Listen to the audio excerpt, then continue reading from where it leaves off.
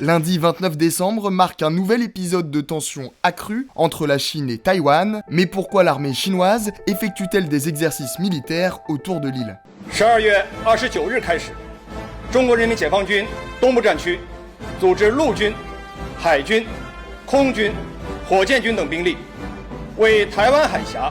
L'armée chinoise a annoncé le lancement de manœuvres militaires autour de Taïwan pendant une semaine. Baptisée Mission Justice 2025, les exercices conjoints des différentes forces armées chinoises vont se concentrer dans plusieurs zones autour de l'île, notamment pour simuler un blocus portuaire, sachant que Taïwan dispose de 7 ports internationaux. Destroyers, frégates, chasseurs, bombardiers et drones, l'armée chinoise déploie son armada offensive. Des tirs à munitions réels sur des cibles maritimes vont même être effectués mardi 30 décembre, a détaillé le commandement en charge de la mission. Rapidement, les autorités taïwanaises ont confirmé la tenue des exercices et ont annoncé lundi 29 décembre avoir détecté 89 avions militaires chinois ainsi que 28 navires de guerre à proximité de ses côtes. 对于中国当局无视国际规范，以军事恫吓手段威胁周边国家，我国表达严厉的谴责。有关中国单边挑衅的动态，国军以及国安单位都有事先而且全面性的掌握，做好了万全准备，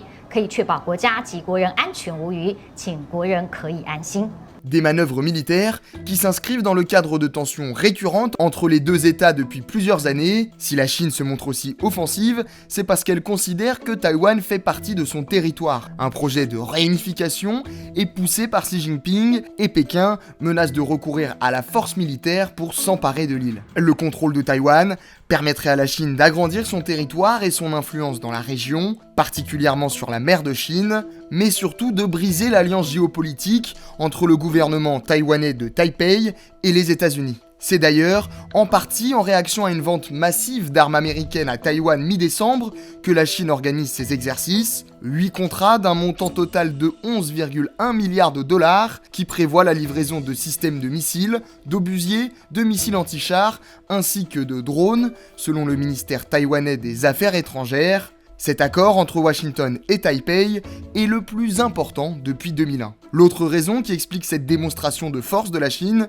se trouve dans la semaine de disputes diplomatiques entre Pékin et Tokyo au sujet de Taïwan. En novembre, la nouvelle première ministre japonaise, Sanae Takaichi, avait laissé entendre que son pays pourrait intervenir militairement en cas d'attaque contre l'île. Une déclaration désapprouvée par Pékin, mais saluée par les États-Unis, qui avait entraîné une forte instabilité diplomatique dans la région, forçant même la Corée du Sud à se positionner dans le conflit concernant ses très proches voisins. 일본과 중국이 갈등을 겪고 있는데 우리가 한쪽 편을 들거나 그렇게 하는 것은 갈등을 격화시키는 요인입니다. 개인 간의 관계도 마찬가지고 국가 간 관계도 마찬가지지만 최대한 공존하고 존중하고 협력하는 것이 바람직합니다.